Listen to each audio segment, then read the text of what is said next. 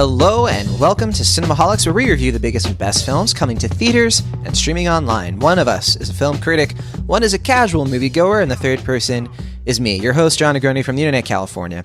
And on the show today, we have from the Internet, Pennsylvania. He is a pop culture writer for Cinema Blend. He's also a freelance film critic for The Playlist, Cut Print Film, too many websites to count. It's Will Ashton. Hello.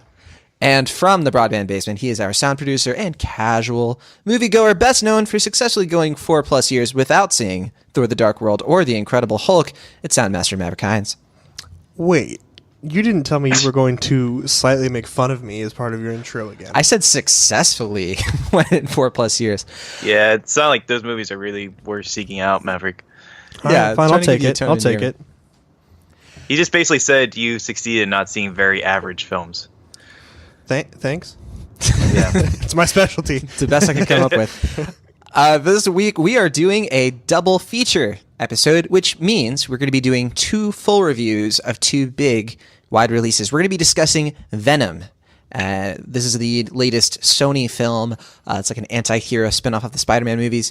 And we're also going to be talking about A Star is Born, the 4th remake of third remake, right? Yeah, you're right. Third remake. It's the 4th version. overall film. Yeah, the 4th time somebody has gone with this story that began in 1937. That is the Bradley Cooper and Lady Gaga film. And then after our double feature, we are going to be airing our exclusive interview with Joe Morton, legendary actor.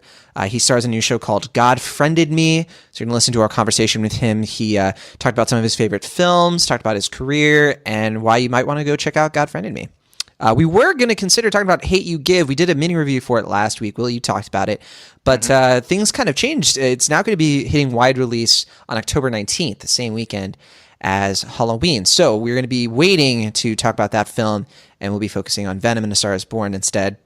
Stick around for the end of this episode because we are going to be asking you, our listeners and patrons of the show, what you want to do for next week, because we, once again, we might have to do another double feature. So stay tuned for that. Let's get into our off topics. A lot to discuss. First of all, thank you all of our patrons who voted in our patron poll to decide how to do this week's episode. So if you didn't listen last week, it was between Venom and A Star is Born. We weren't sure if we wanted to do a double feature to talk about both films. We weren't sure if we wanted to, like, which one to do first, basically. And you all decided, and it wasn't unanimous. Interestingly enough, this usually tends to be unanimous. But thank you, everybody who partook in that. You voted for Venom to be the first review we do this week. And if you want to take part in our patron poll, just check out our Patreon. It's in the show notes.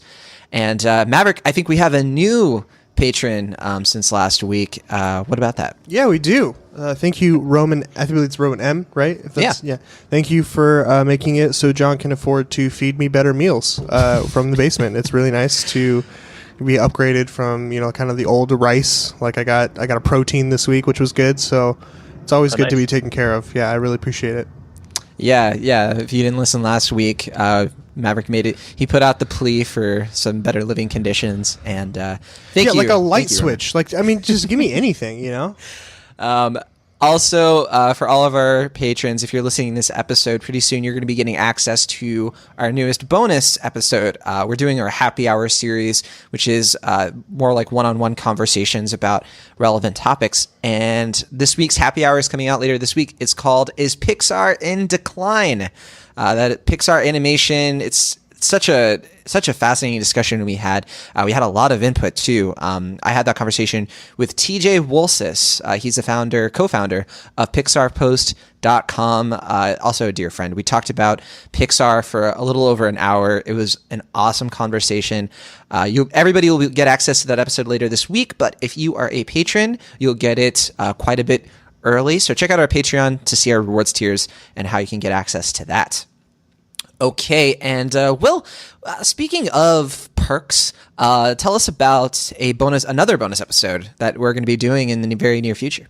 Yeah, so our patron DeWitt was able to request a film that he wanted us to review based on his very generous donation, which we talked about last week. Initially, it was going to be You Were Never Really Here, I believe, which is a film we both really like, and ultimately he decided to go with a different film, which is The Hateful Eight, obviously the Quentin Tarantino film from a couple years ago. So it's going to be interesting. I haven't seen that film since I first saw it back when it came out. Yeah, And, January 2016, I think, was when it hit wide release. December is, I believe, when I saw it. So yeah, that's I when think the December, screening started. Yeah, I think I saw it in December of 2015.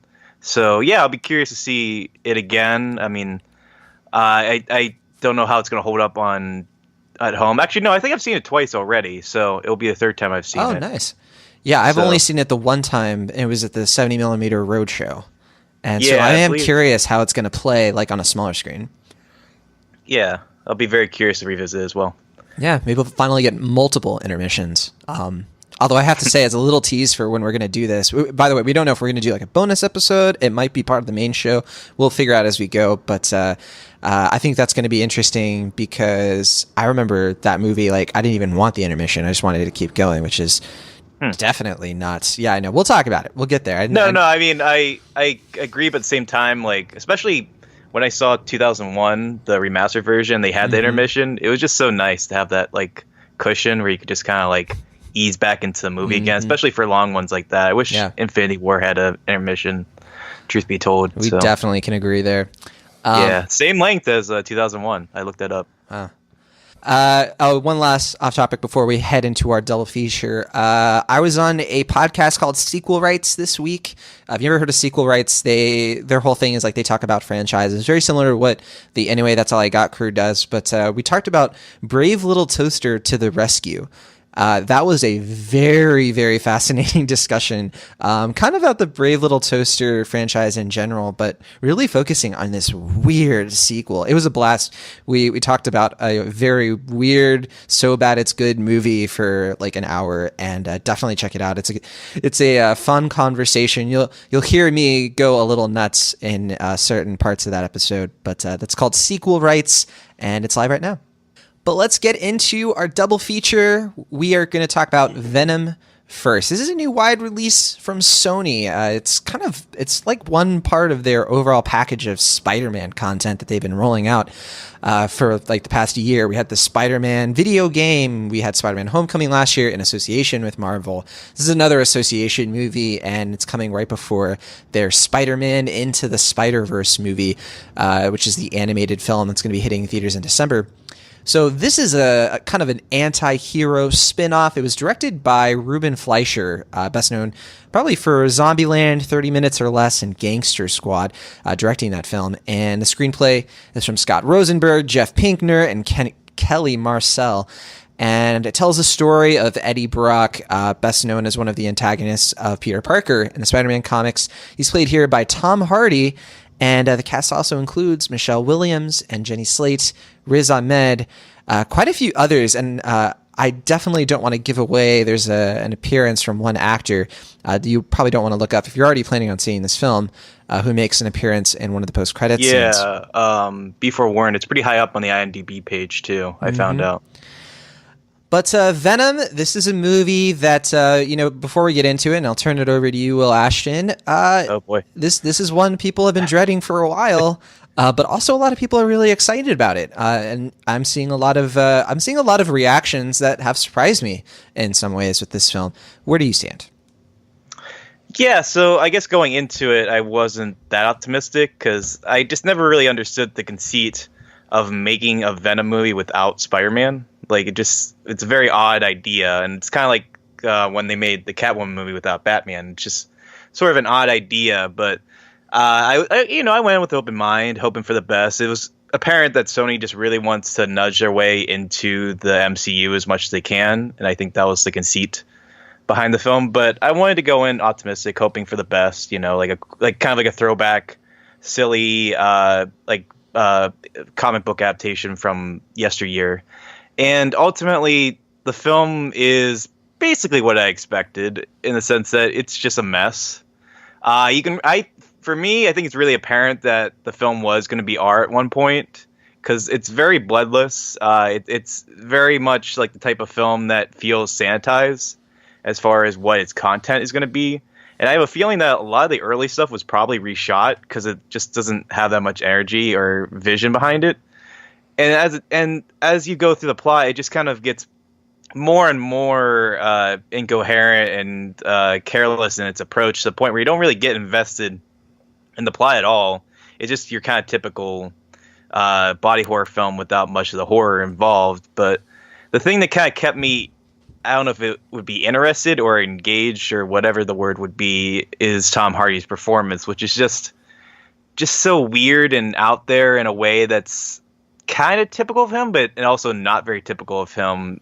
It's a lot broader than his normal performances, and it's a lot more overtly comedic, which I would normally welcome, except I just don't really know what he was going for. I'm more just curious what type of film he thought he was making.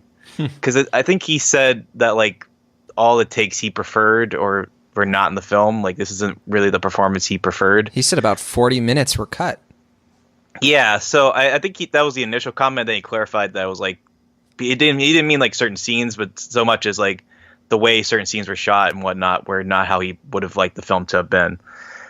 So I'm very curious as to what he would have wanted this movie to be. And at the same time, I feel like that version of film would have been much more enjoyable because it would have more character and personality. But at the same time, I was regularly entertained by how ridiculous this movie is in a like fun, bad sort of way. But I think those sporadic moments of entertainment were, as I said, fairly sporadic. Okay, and So, yeah. all right, Maverick Hines, you saw this one with me, and I'm just curious. I mean, we've had a little bit of time to sit on it. Where do you stand at this point? Yeah. I don't know.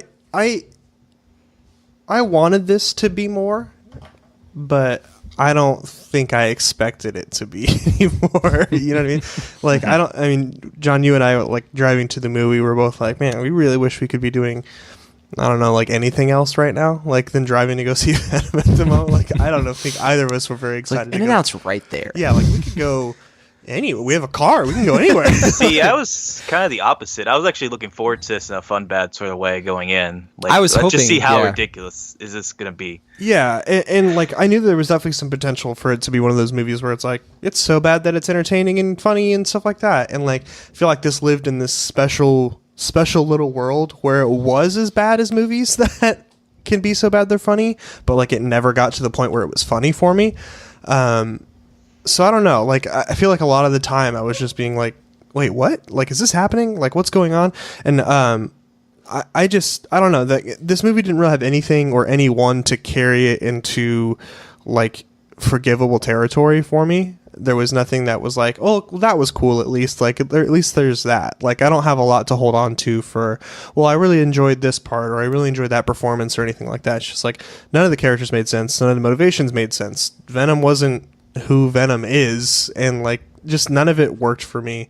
You like the Venom comics, right? Like, yeah, I've read a couple of them, and like, Venom's always been one of my kind of like my favorite. Like, as you guys know, I'm not the hugest like comic book nerd. You know, like, this isn't my thing by any means, but like, I've always been a big like Venom guy. Like, I've always thought that was cool. Well, I have a question then. Do you prefer like kind of like the darker, grittier version, or like the more like overtly comedic version of Venom? Because I heard there's like kind of two versions of him. Yeah, I honestly like both because I think they both serve a purpose. Knowing I definitely lean more towards like the gritty kind of like darker stuff, right? Okay. So like this, this is definitely not that as far as the film goes, but like, I like the comedic versions as well because I think they serve a really good purpose. And like, was it one of the first Spider-Man video games where like Venom is like messing with Spider-Man in a library and it's like really funny for like 10 minutes? Like, I really enjoy that stuff.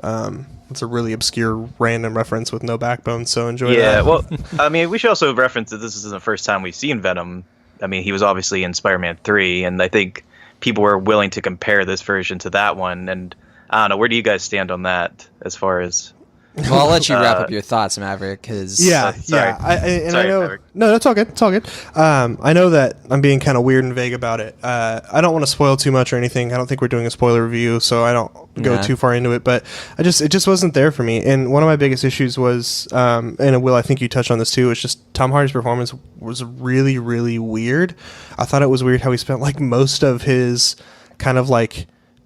his individual, scenes where he's talking a lot as just like this weird whisper talk voice that was really dumb and like didn't make sense for the context of the scenes a lot of the time.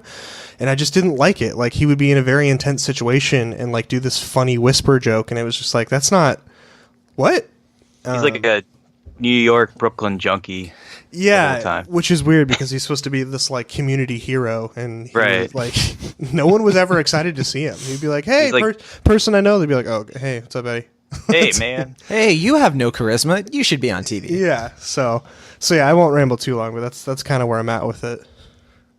Yeah, and we'll get to Spider-Man 3, I guess, but just kind of summing things up. I hate this film.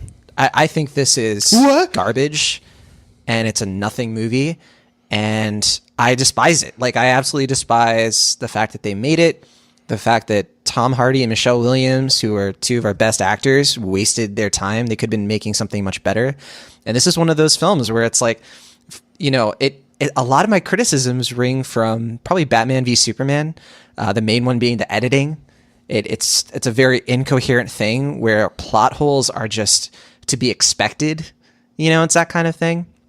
And I guess I've never been that big of a fan of Venom, especially compared to you, Maverick. I've always thought he's only very interesting, like you said, Will, like when Spider-Man is a factor. I think that he's popular because of his design, not really because of any storylines they've ever attributed to him. Eddie Brock has always just sort of been a foil to Peter Parker. And when I can respect the idea that you do something new with it. Like, I love the idea of like graphic novels that explore the Venom character and give him something new to do. But when watching this movie, it was like trying to make The Punisher and then kind of mix in things from better movies that just don't make sense to me. Like you said, the motivations don't make any sense, and also I see what people are saying. Like, they had fun with how bad it is. Like, one of those kinds of movies. I didn't have any fun at all, mainly because I just felt like the movie was begging me to laugh at it the whole time. Mm-hmm. Like, not the whole time, but really when Venom starts talking to him, and it just made me feel gross for like a movie that was like sort of wearing on its sleeve of like, in post-production you could tell they were like, okay, this thing isn't very good, so that they add in all this ADR to try to fix problems, probably from some early focus test screenings, like from little things, from like saying symbiote instead of symbiote. You can tell that they added that in post-production because people were complaining, rightfully. You can tell that I think they should have kept the original version. I think that would have made me so annoyed. It's really? like the last Airbender all over again. Yeah, it's I that was one thing I'm glad that they actually did, but like I'm more referring to things that they did to try to like wave away things of like what are Venom's weaknesses, and the third act, which takes like 5 to 10 minutes compared to the second act, which is like 30. And then there's such a disjointed mess in here that like I get some people are looking at it and they're like, yeah, but you can just laugh at it. You can have a good time sort of relishing in its badness. And I didn't, because there was nothing here, not even the bad stuff that I haven't seen before. Mm-hmm. There's nothing in here that was like different. It was all just other movies doing this way better.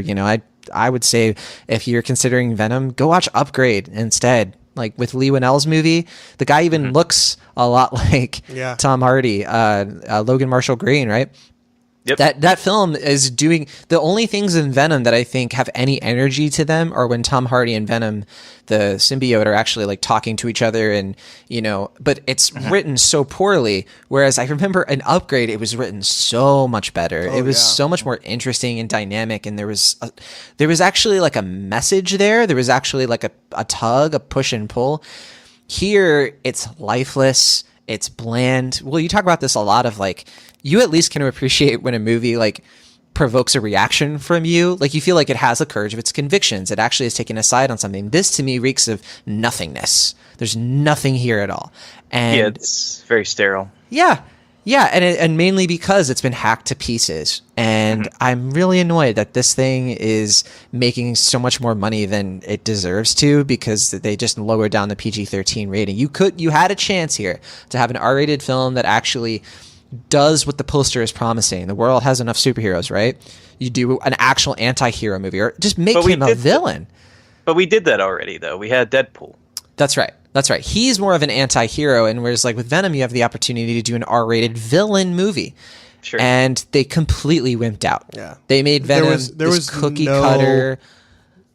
I'll let you finish. Sorry. They made a bad villain even worse, I guess. I was going to say, like, there was no, even kind of semblance of like an anti-hero. Like there was never an anti-hero in this movie. Like it was all like he was just like an angry guy, and then it was like, oh, it's a superhero movie, and it was a bad one. And like that's what really bothered me. It's like Venom is supposed to be this kind, like you said. And then the villain we do get, Riz Ahmed, again, another fantastic actor who is just squandered. Yeah. You know, is just this evil scientist to be evil.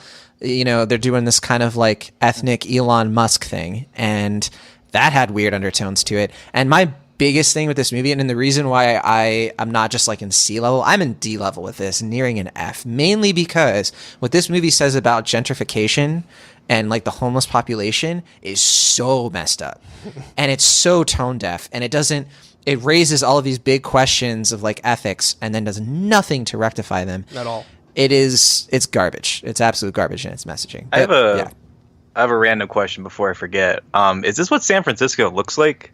Basically. Yeah. Really? It's Because it looked like sometimes it looked like New York, and then sometimes it looked like Atlanta. Well, that's San Francisco. I mean, San Francisco is a very diverse city. Like every neighborhood looks very different from the other. I mean, I know it's not like the Golden Gate Bridge everywhere. It's not like the Room, but like I just wasn't sure if that's what it actually looked like or not. That's pretty accurate. Yeah, They do. You can tell that they shot on location in some parts. A lot of parts, probably. You can definitely tell some parts were probably Georgia, Atlanta. They were doing. But they did capture the look and feel of certain neighborhoods. You go to the Tenderloin, it is kind of like seedier parts of New York. Yeah. If you go to, Pacific Heights, it's a lot like what Michelle Williams' apartment is like. The pier looks extremely different from downtown. But Ant-Man did a better job of this probably of like kind of capturing the vibe of the city. Here, it's just a little kind of all over the place, but I don't give it any faults for the location stuff. It's all just fine. I was just curious because I know you guys live there, so I wasn't too sure about the geography of the world. So totally. Glad you could clear that up. We've talked about the Tom Hardy performance. I don't know. I obviously really hate this film, but what's your reaction to that? I mean, what do you think of like the whole like people having fun with this movie? Do you think that's valid? Well, I don't know. I mean, I am somewhere in between you and the people who are having fun with it because I didn't hate it, but I definitely found myself more annoyed by it than not. Especially the first like third of the film, like the first 40 minutes were very annoying to me because it was just like you said, it's like very like sterilized. It's very like just going through the motions, nothing of character or note or vision behind it. It's just like studio expectations of what this movie should be. And then when Venom gets involved, I was kind of having fun with it. Like the restaurant scene, I was actually enjoying myself quite a bit just as far as how ludicrous it was and just how much it changed the pace of the film to actually have a little bit of life with it. And I think the first fight in the apartment building is fairly enjoyable, but other than that, like besides a couple weird things, like there's a scene with a dog and then there's a female Venom. I can't say too much more, and they're just ridiculous enough that I'm like, okay, I can kind of get into the bad area with this. But yeah, ultimately I'm somewhere in between those two viewpoints of the film, I'd say. Yeah, I think at that point I was just so clocked out that I couldn't even enjoy the weird insanity of it. Sure. Especially like, I don't know, but the whole thing with I just want Venom dog. That's all I want. Well, I got some serious Mask vibes there, but yeah. Well, I was gonna bring that up, but yeah, go ahead. No, I was just gonna say, like, speaking of like Michelle Williams in here, I mean, it did sort of strike me so much as like you look at the movie Ant-Man, and it's easy to compare these two movies because you kind of have this like main character who's basically a good person who like makes some mistakes, right? Ruined relationship with a blonde woman who starts up a relationship with another person, and they all sort of get along for some reason, and you have like kind of the Ant-Man setup. It's even in San Francisco. But like I feel like I understand and know so much more of the Judy Greer character in Ant-Man than I do the Michelle Williams character because she is there's nothing you really just don't get a sense of like who she is, what she wants. It's just it's like that trope of like we know her job title and her name and the fact that the main character she's like his object of affection. I would say they're about equally lacking in development, but yeah, I definitely agree that Michelle Williams, she deserves so much better than this. She is such a talented actress. Like you said, she is easily one of the best actresses working today, and like just a stock girlfriend character, come on. Has she been in a franchise that has... I believe it's their first time, and to her credit, I think she Oz said the Great and Powerful, and... Yeah, that's true. And she was actually pretty good in that one, from what I remember. But I think she said that she wanted to do this to like kind of earn a little more like money so she could like produce some other projects like indies she wanted to do. Yeah. Which I think is really commendable. But the sad thing is that she might get strapped to this franchise for like 3 films, which is a shame. I don't see her coming back for the next one. Poor Jenny Slate is so just she's not good in this. I love Jenny Slate. I love Jenny Slate so much, and she's just like she looks so confused throughout this whole movie. I could not get over it. She's like the head scientist, right? She's supposed to, and then she's like also, hey, your interview's in 5 minutes. You're not a secretary. You're like the head scientist. Act like it. Like, why is this movie relegating her to? It's just little things. It's little things like that I was like, this movie it feels like it was made in 1999 and not 2018. I mean, it baffles the mind. The fact that he lives in San Francisco, unemployed for 6 months, and he has that apartment. How do you afford? Even if you worked in like entertainment and all that, he was living with somebody else, by the way. Like, rent for that apartment in San Francisco. He was living with a lawyer. That's like who was probably paying most of his rent. Right. That apartment he was living in easily would be about $5,000 a month. Yeah. And he was like, "Here, take a 20." At the lowest, it's $4,000 a month. Like, for a studio, though. Yeah. Like, that wasn't even a studio because he had a bathroom in there. Yeah, it was nicer than the apartment we live in right now. Like, you just no. Like, this is that was just absurd to me, and like that was one thing I couldn't get over. But it did feel like they had to have it that way. He also lives next to somebody who lives alone. It's like, forget that. Like, this dude has 6 roommates. None of them speak English. Yeah. I want to see that movie. Yeah. That would have been hilarious. Him going through Venom transition in a room full of software engineers, being like, "Can you keep it down? I'm trying to survive, please." That's San Francisco, and like you have an opportunity there because like they raise gentrification up. Yeah. And that's such a real issue that's actually affecting people. The homeless population in San Francisco is such a big deal, and this movie jokes about it. And then when they sort of make it the plot line, they basically say the symbiotes can't survive off of these people because they're not as good as like these healthy people. Yeah, like healthy, come on, strong people. It was so insulting because it's a real problem for us, and like for a comic book movie to dip its toes in that, I was very, very annoyed. Venom's just a gold digger, man. He just wanted a rich, healthy white guy to bond with. Sorry, Will. We've just been yelling and kicking and screaming. Let's get into our final thoughts. I want to hear from the level-headed Will Ashton on this one. Yeah, so I mean, you brought up the mask, and that reminded me that I think there are 2 ways you could, if you had to do a Venom movie, which Sony apparently thought was a necessity. If you had to do a Venom movie, there's like 2 ways of doing it, right? There's like the massive version you're talking about, right, where it's like kind of goofy and over the top and silly, and like he kind of takes on this alternate persona and he goes wild with it.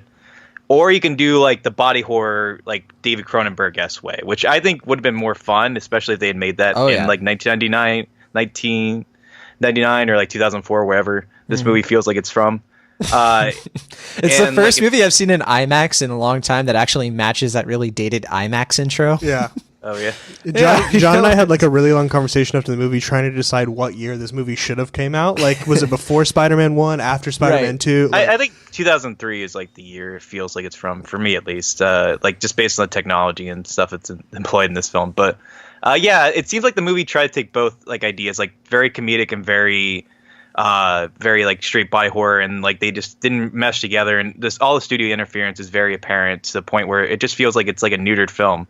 It's a shame. Like, there's all these talented actors, and you just feel nothing throughout the film for the most part. And I did have a little bit of fun. I did enjoy Tom Hardy's performance more than I didn't. But as it stands, yeah, it's just not a good film. So I'm gonna give it a fairly charitable C-. But yeah, I'm very curious to hear like what this production was like, because I don't know what the original version was, but I have to imagine it was at least a little better than what we got. Right. I just add on to that.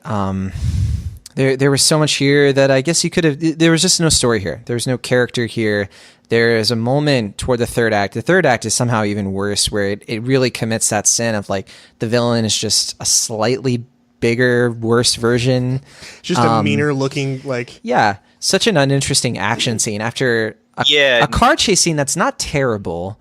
But it goes on a little bit too long and involves suicide drones for some reason that you really could have just cut out. Yeah, there was some like practical effects that were like kind of goofy, but like in not a bad way actually. Like I can see why some people had some fun moments in that. But you were gonna say, well, No, I was gonna say that CG fight at the end, it has very like Transformers vibes, where I could just barely tell, especially because it's at night, who is who and what's going on. Yeah, that whole climax scene was just a mess. Yeah. All that to say, I really hate this movie. I think part of it can be summed up by like my experience watching it wasn't great. We saw it IMAX 3D, and the 3D was terrible. It was like double vision. It wasn't aligned correctly. Also, 25 minutes in, somebody came in, sat right next to me. It's reserved seating, so I couldn't move. You're still on about this guy? I'm so mad about this. This guy ate a sandwich during the entire movie. It took him 40 minutes to eat the first sandwich. It was a smelly sandwich. It was disgusting. It smelled like somebody put tuna in like an In-N-Out burger. Did I just walk into an episode of Seinfeld? What's going on now? This is real.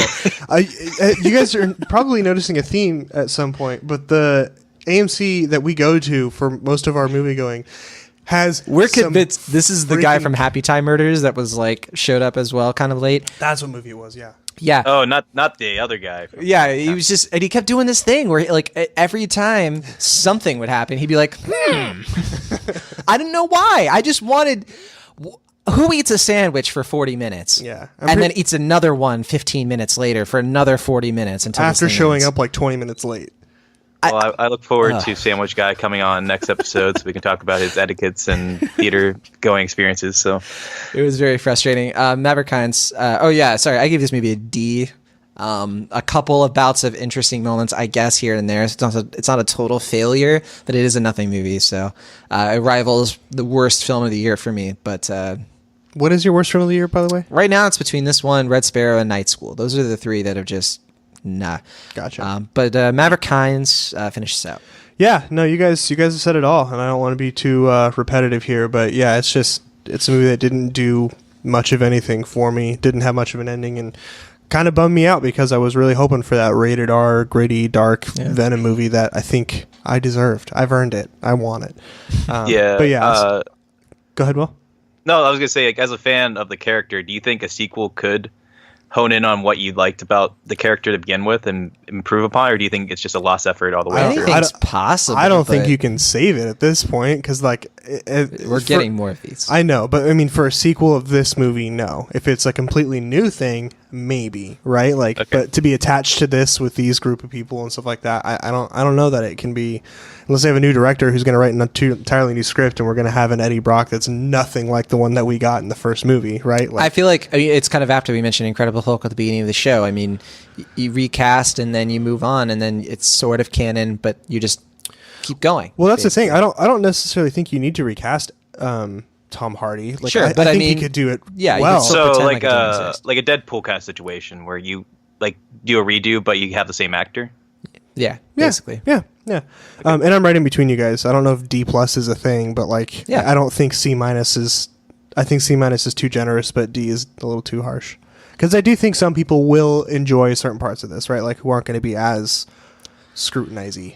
Right, and they're going to be very excited because they don't need a parent or legal guardian to be allowed in. Yeah, and there's a joke where he says the word ass, so everyone really gets to laugh. Yes. A word that our president is known for saying, too, which I was kind of surprised they got away with in a PG-13 film. Yeah, so we're definitely not alone on disliking this one. This one gets, so last I checked, it has about a 31% on Rotten Tomatoes. Average rating is pretty low, 4.5 out of 10.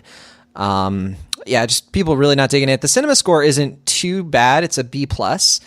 Which for a comic book film is a little bit lower than usual. Usually for comic book films are getting like A's and A+, but still, I mean, it's not something to shake at.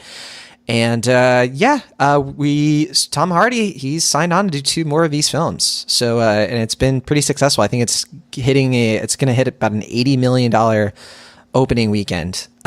So that we can put that aside. Do you think it's going to be in the MCU? Or do you think it's just going to be its own standalone thing at this point? It could play with the Tom Holland. They have to bring in Spider-Man at some point, and I don't know who else. What other would they? I don't think they would recast Spider-Man. So we'll have to wait and see. Maybe they'll bring back Topher Grace and they'll bring back only. Tobey Maguire. Go that maybe. route. We never addressed this. I think Spider-Man 3 is an infinitely better take on the character, and it's not even a good take on the character, but it's a much better film, in my opinion. It is indeed. Okay, well, that was Venom. We went a little bit longer than planned, but let's go into the second part of our double feature. We also saw A Star Is Born. It's a wide release from Warner Brothers, and it's been hitting the festival circuit the last couple of months to great aplomb. People are really loving this film, and Oscars are in the air for this one. This is directed by actor/filmmaker Bradley Cooper. It's his first feature-length film. The screenplay he helped write with Will Fetters, Eric Roth, Irene Makey, Stephen Revell, and Christopher Wilkinson. It's based on the original film A Star Is Born, which came out in 1937. It was from William A. Wellman. And this is the fourth film, as we mentioned at the onset. And a lot of people have compared this very much to the 1976 version. So just to go through it, there was a 1954 version with Judy Garland and was it James Mason? And there was a 1976 version with Chris Christopherson and Barbra Streisand. Now, the first two Star Is Born films. Well, wait, wasn't there a 30s version? That's the original one, right? I mentioned that one already. Okay, sorry, my bad. That was the William A. Wellman version. And the first two, the 1937 and the 1954, really focused more on actors. It was more about like people who make movies, the story of like, somebody who's sort of a veteran actor kind of on the decline finds a talent that's on the rise. It's like a tragic love story kind of film that they've done ever since the first one. The first two really focused on actresses and actors who were movie stars. It was more about Hollywood and all of that. And part of the reason is because back then those films were musicals for the most part. Judy Garland, for example, in the 1954 version really, really lays on that dynamic of like what it's like to make a film. But then in 1976, they changed it up because, by the 70s, musicals were really, really like on the way out. They really weren't as big as they used to be. And so it was more about an aging rock star. Played by Chris Christopherson. I forget the actor they were originally supposed to have play for that. I think it was like a Robert Redford, that kind of thing. And Barbra Streisand is in that as well, of course. And it's more of like, concerts, stadium concerts. And it's more about musicians dealing with fame. And so a lot of people have compared this new one, this 2018 version, with the 1976 version because they both are, it's like that one, it's about the aging rock star. But I have to say, I really think this film borrows much more from the 1954 film. Maybe we can get into it, but I consider the 1976 film to be just bad. I don't think it's a good movie. I don't think it's a good way to adapt this material. But I think the 2018 film does it much better. It really feels like a real remake of the 76 version in that way, probably. But again, I think that there's much more of a respect and admiration for the Judy Garland version. I rewatched the 37 film, the 54 film, and the 76 film this week. So I have it all pretty fresh in my head. But Will Ashton, that's quite the lengthy startup. And I should say, of course, Lady Gaga stars in this with Bradley Cooper. A lot of original music in here. What do you think? What do you think of this film and how it's playing to film critics and audiences right now? Yeah, no, I wasn't really sure when it was first announced what to make of this film because obviously we hadn't known what Bradley Cooper could do as a director. I wasn't really too familiar with the original versions of Star Is Born before I saw this one. And it wasn't a sure thing. And then when the early buzz was coming in, it was like, oh yeah, no, this is going to be really good. I was pretty excited, but I kept my expectations fairly moderate just because I don't know, there's always a part of me, a nagging sense. I was like, is this really going to be that good? Like, is this really going to live up to those expectations? And sure enough, I believe it did. I don't know if this is going to be a type of film that has like a La La Land type backlash. I hope it doesn't, but I can see it being the case. But as it stands, I really was floored by this film. Especially, I think Bradley Cooper, both as an actor and director, really stands out here. I mean, you could tell from his directing standpoint, he borrows from a lot of the directors he's worked with before. You could see some Cameron Crowe in here. You can see a little bit of Clint Eastwood. You can see Todd Phillips, who was a producer on here. You could also see David O. Russell in a good bit, as far as the movie's kind of free-flowing improvisational feel. Some But I think James Gunn, perhaps? Just joking. No, I didn't really see any James Gunn, truth be told. Total but, joke. Yeah, but I mean, my point is that like it's not to say that his vision is like totally unique, but I do think for a first-time director, his way of commanding like the pacing and tone, and how he has like this authentic grittiness to it, especially the way he shoots the concert scenes, which is almost always, I think, on the stage. We never see like the audience perspective unless like we're looking out. I think it's a little subtle thing, but it really helps to get you in this world. And I do love that this movie is able to get us in this perspective in a way that doesn't feel like too like tacky or cloying. Because I can definitely see there's like a million ways this version could have sucked.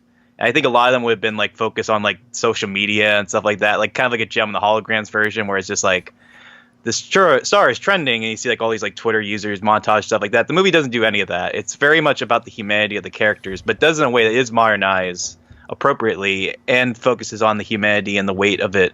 And I do think the film's greatest success is knowing that like the key elements need to work, like the acting, the characters, like romance, the chemistry between them, capturing all that while also making you feel invested in it, even when you know what's going to happen. Like, even though I haven't seen the other versions, you kind of know what's going to happen, but you still get enthralled in that journey, and then that final moment hits, and it's really affecting. And I credit that all to Bradley Cooper, but I also want to celebrate Lady Gaga, who is fantastic here. I do think she has a very good chance of making an impression at the Oscars as a musician and as an actress. Sam Elliott, who's always great, is fantastic in this film.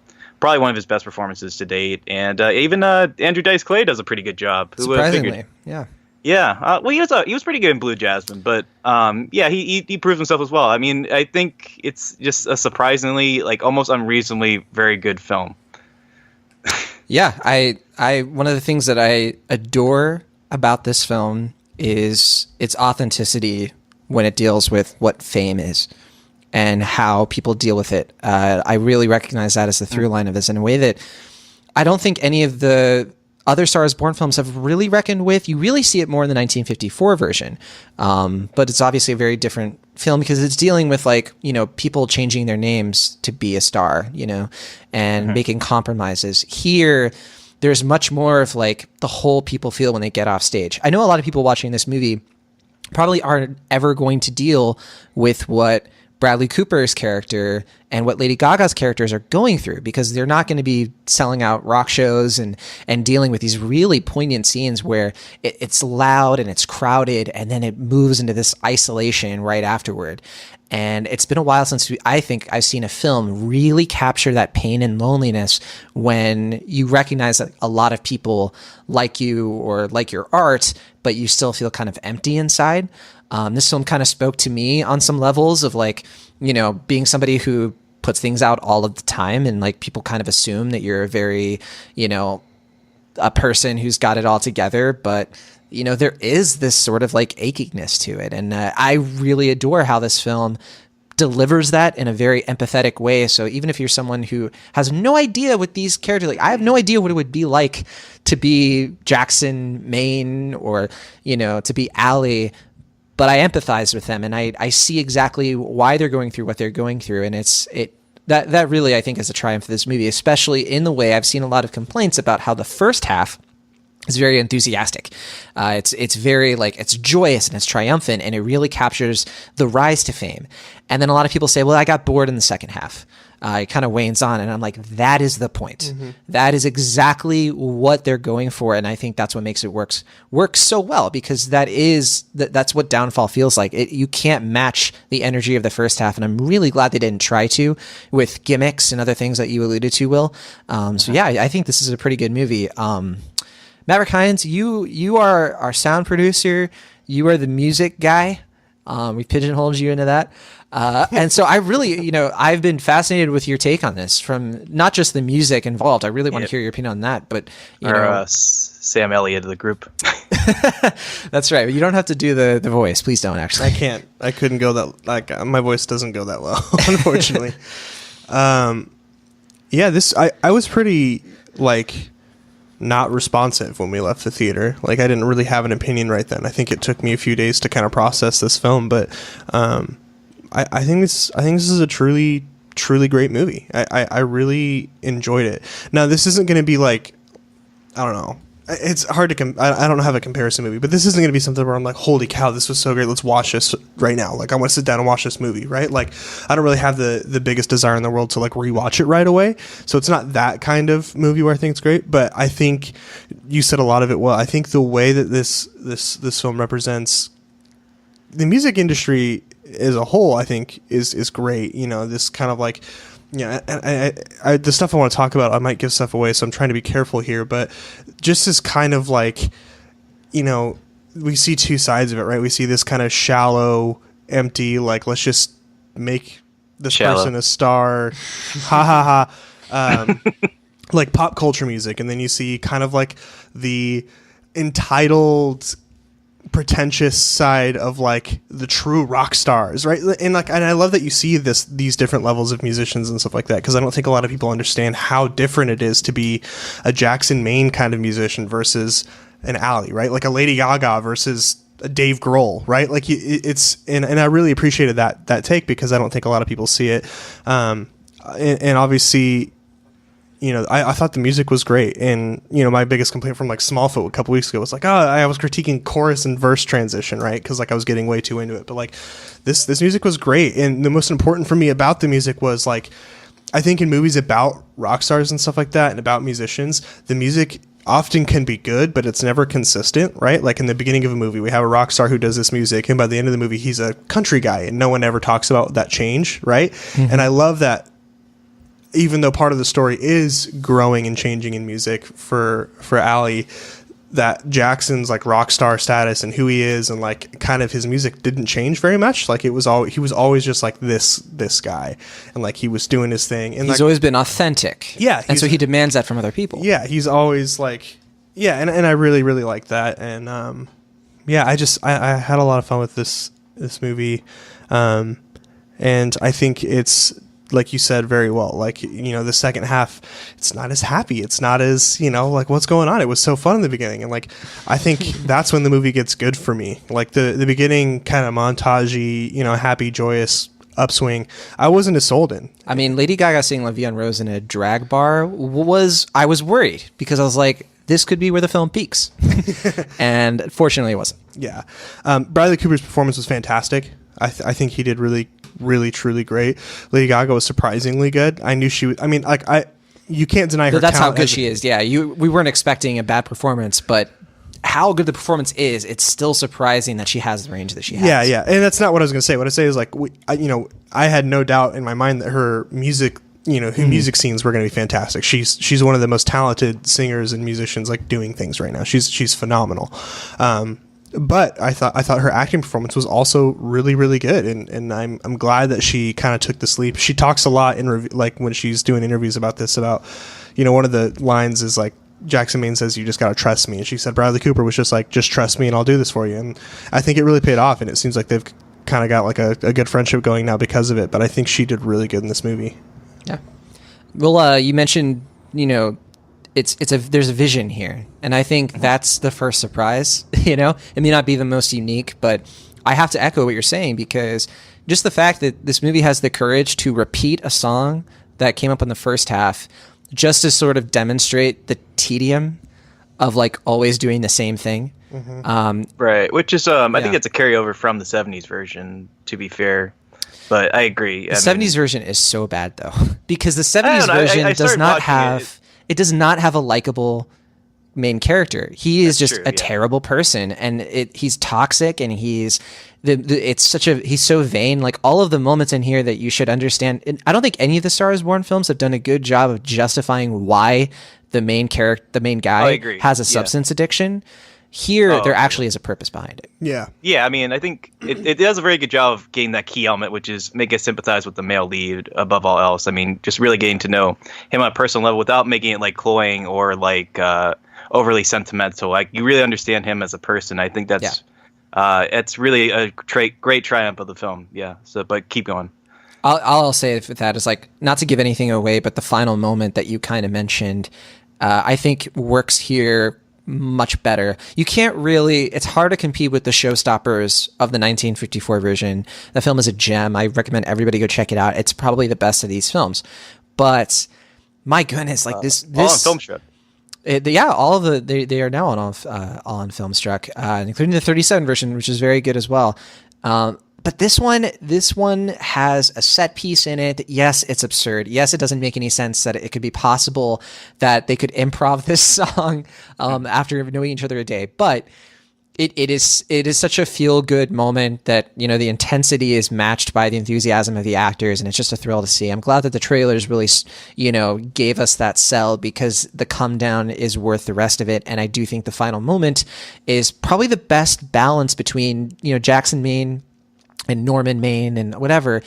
All of these characters, you really have to balance a tough dynamic of, like, is what they're doing noble?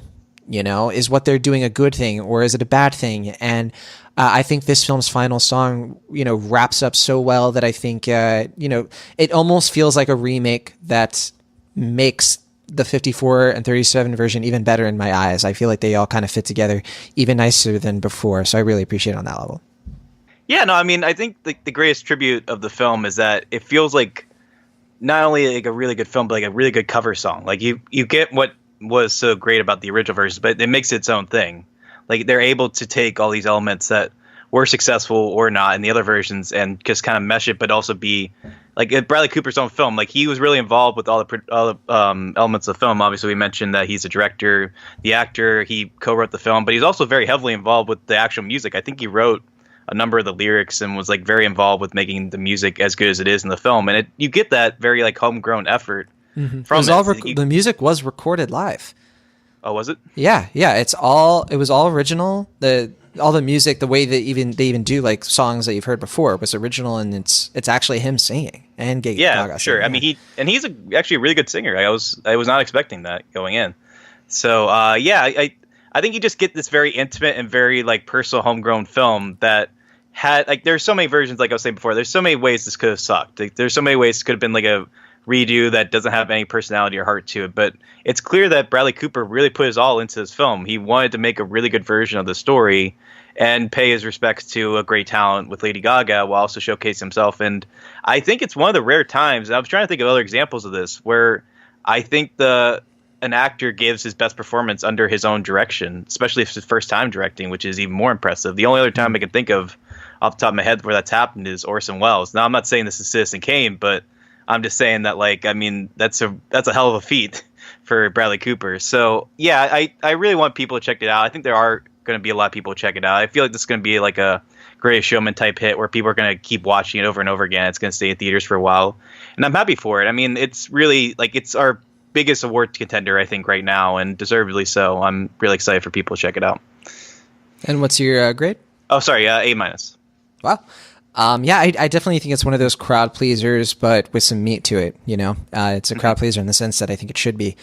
You know, I've said a lot already, but the last thing I'll mention is I know some people have had issues with, you know, this one being yet another like pop music is bad and Americana / country that's the real stuff. You know, I didn't really get that vibe.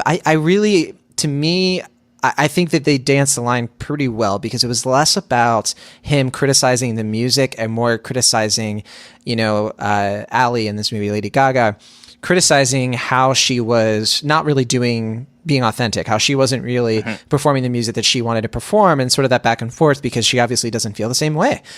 And that was a tension that I thought was realistic, and I thought that it was much more true to life than I think some people are giving it credit. And I think there can be, if you're watching the film, I would just definitely caution not to like take it as a pop music is bad, or, you know, a country music is bad. It really isn't playing in that territory. It really has a better message behind it, I think. I was going to say, it's also more the fact that it's not what they were doing together. So it's like that disconnect between their relationship. So it's not really him being critical of pop, but the fact that there is a separation in their styles and therefore their relationship together. So I agree with what you said. Yeah, I think it works really well. I give this one a B+, if only because I do think that it's just a little bit too long. I think that it's a little long in the tooth, and there were certain things I didn't really get to any of issues that I had, but that's mainly because I do think it's a very solid recommend, and I'm still trying to figure out where it stands and then the Star is Born filmography. But Maverick Hines.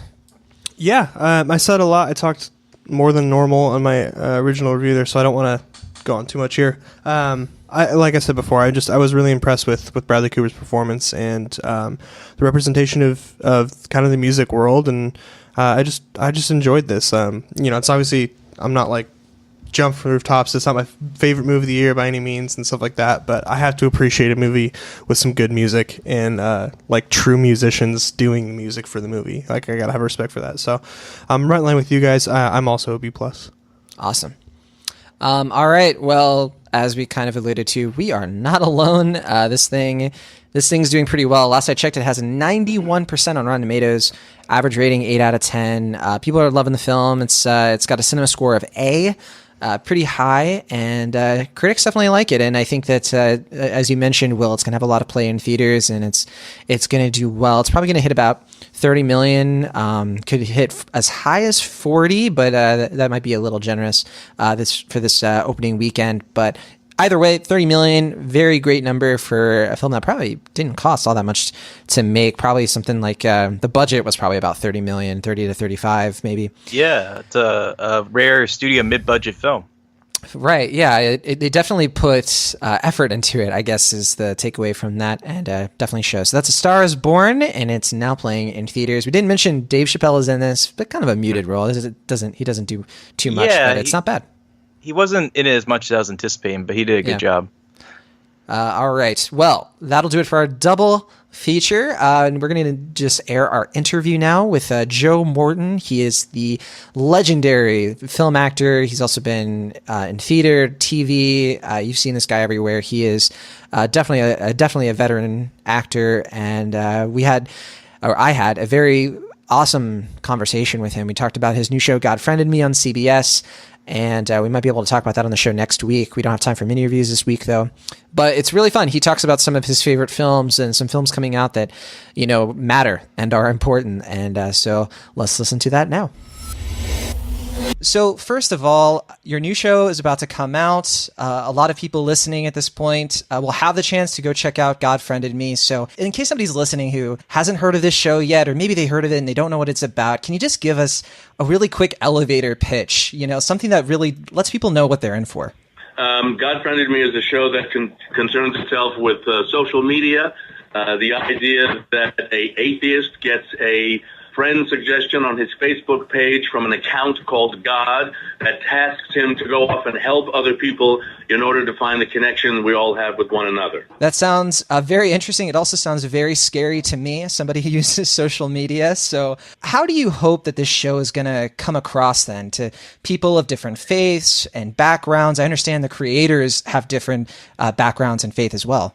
Absolutely. My hope is that what it'll do is it'll break down all those barriers, that it actually will expose the idea that if we help one another and we go around under or through the barriers that we think exist between one another, that what we'll discover is that we're actually all connected, and that those connections get stronger and stronger the more we attempt to help one another.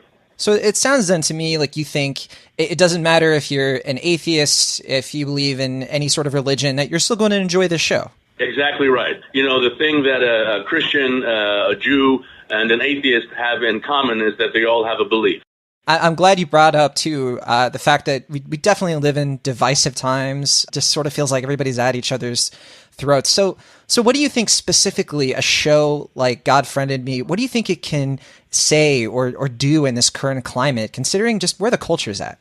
Well, I think at least it can start a conversation. It can make people think, wow, what would happen if I decided, instead of saying, let's build a wall and keep the Mexicans out, what would happen if I actually had a conversation with someone who needed a job, who was from the south of California, and how can I help that person? What do I have in common with that person? Maybe I have a job. Maybe I can help them get a green card. Or if, like I say, if I'm a Christian and you're an atheist, how can we talk to one another to understand how we both can coexist peacefully and helpfully in this world? That's interesting. I want to hear then more about your specific role in the show and maybe how that plays a part in that. So you play a reverend. You obviously, a very different character than Brandon Michael Hall's character. So can you tell us a little bit more about that role, the process of it, and how does it fit into the overall story? Well, I mean, I think that, again, he's an atheist. I'm a minister, so that's the obvious conflict. So for those two characters, just on that subject alone, they need to figure out how to accept one another, not how to sort of battle with one another. When he was a young boy, his mother died in a horrible accident after he thought she was going to survive cancer. So he grew up thinking at first that God was cruel and then decided that God was not cruel, he just didn't exist. I, because of my wife's death, sort of retreated into the church in order to heal my wounds. And maybe what I did was leave him a little bit out in the cold and didn't give him enough attention in terms of his wounds, in terms of losing his mother. So it's a father and son trying to reconcile really all of those very, very personal things that happen inside families.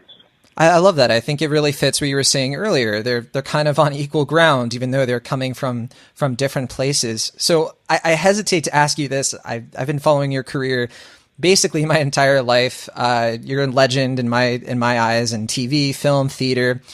So I hesitate to ask you if did anything really surprise you, with this new show, this new project? Are there still new things that you are learning today with God Friended Me? Well, I mean, most of my career has been playing basically good guys other than Rowan and trying to figure out ways of presenting black male characters in very different sort of guises, if you will. And this is a kind of character I've never played before. I've never played a minister before. I've never sort of dealt with a man who has his own church, a very, very large church with a very large congregation. So I began thinking, so what kind of individual is that? I mean, what, if any, is that kind of ego? And are you allowed to have an ego if you're a minister? So all of the above. I mean, I think that, those are the challenges that are presented to me as this character that, if I believe in God, my son doesn't, do I start off thinking he's absolutely wrong? Or do I have to think, well, wait a minute, if the Bible sort of says we have to accept everyone, how do I do that with someone who has a completely different belief system than mine? Yeah, I can definitely see where a lot of people are going to find some relatability no matter what they believe. And so I totally agree with you, going back to what you said about everyone has a belief.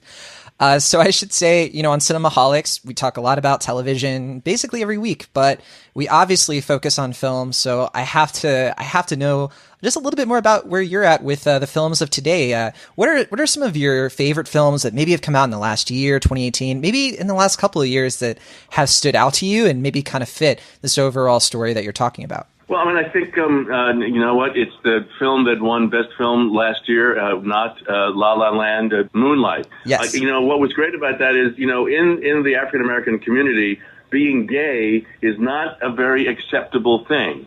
And I thought that movie was enormously brave in terms of its subject matter and in terms of the two gentlemen who were kind of the leads in that movie.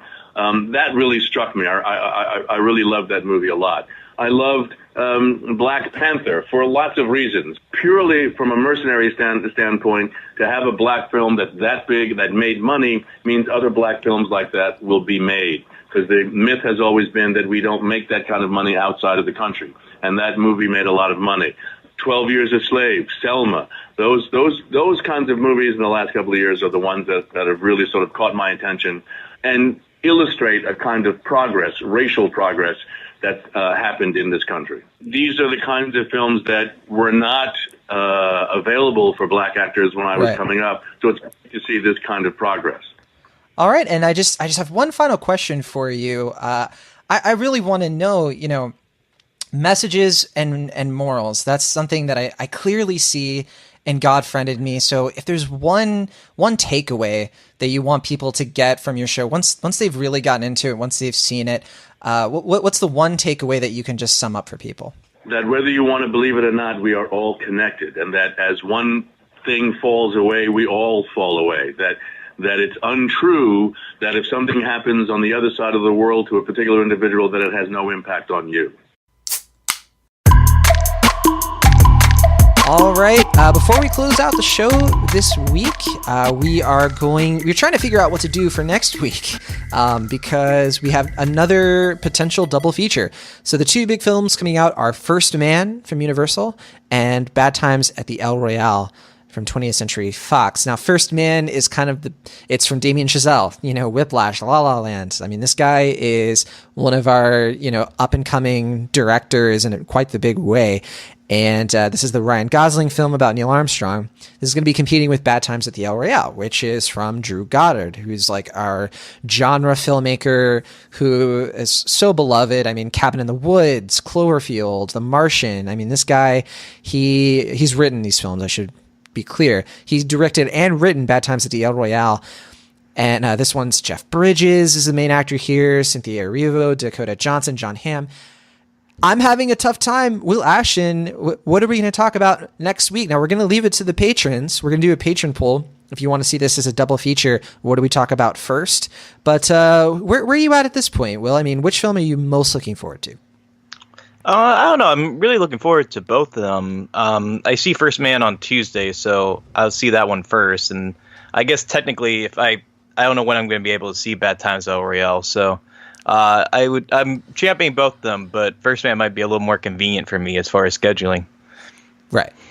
Well, definitely, I think in some way we got to talk about both of these films because I just think that they both look like they're worth our time. But I do expect the patrons to vote for Goosebumps 2, Haunted Halloween from Sony. That is coming out as well. This is the sequel that I really have no interest in. I don't plan on checking this one out at all. Were you going to check it out, Will, or are you in the same boat? Yeah, I'm not checking it out. Okay. One limited release, though, I am interested in seeing is The Oath, from Ike Barinholtz. He directed, wrote, and starred in it. Tiffany Haddish is in that one as well. I really want to see it. I mean, Billy Magnuson is in it, John Cho. It's really great cast. It's kind of like a political Thanksgiving movie, but it's not a priority, but it's hitting kind of like a limited / wide release because it's in like 1,000 theaters. And then Beautiful Boy is going to start rolling into theaters. This is the Amazon Studios film with Steve Carell and Timothée Chalamet. If for some reason you don't want to see First Man, you don't want to see The Oath, you don't want to see Bad Times at the El Royale, and you happen to have Beautiful Boy playing near you, this one might be worth checking out. Although the reviews, I don't think they've been much more mixed than I personally anticipated, but kind of in line with the festival circuit. So that's what's coming out next week. Once again, we'll be putting out our patron poll shortly. Let us know what you want us to talk about. If you're a patron of Cinemaholics, or if you want to become a patron of Cinemaholics, check out our Patreon in the show notes. You can also find our social pages, our Facebook and our Twitter. Don't forget, if you love Cinemaholics, leave us a review on Apple Podcasts. And if you have any feedback for us, you want to hit us up, you can email us anytime, cinemaholicspodcast@gmail.com. And with that, that's it for us this week. From the Internet California, I'm John Agronu. Yeah, for the Internet Pennsylvania, I'm Washington. And from the Broadband Basement, I'm Maverick Hines. See you next time.